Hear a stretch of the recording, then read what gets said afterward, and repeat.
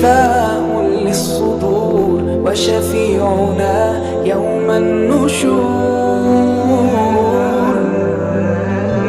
آياته تروي المدى وصفاته نبع الهدى، نلقى الجنان بحبه،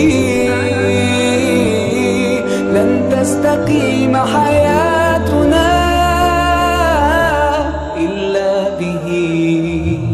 هو القرآن والفرقان، إليه تنصت الأكوان، وفيه تعطر الآذان. والقرآن ضياء يملأ الآفاق، ونور يبعث الأشواق، وفيه محاسن الأخلاق. والقرآن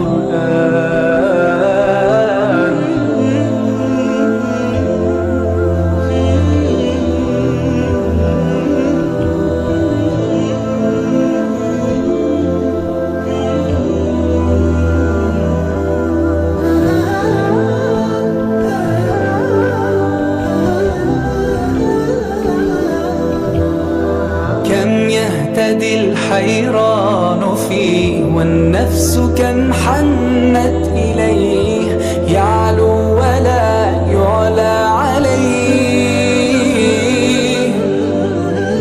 هيا نرتل آيه ونعيش تحت ظلاله، ننسى الهموم بقربه، لن تستقيم حياتنا إلا به. هو القرآن والفرقان، إليه تنصت الأكوان، وفيه تعطر الآذان. والقرآن ضياء يملأ الآفاق، ونور يبعث الأشواق، وفيه محاسن الأخلاق. والقرآن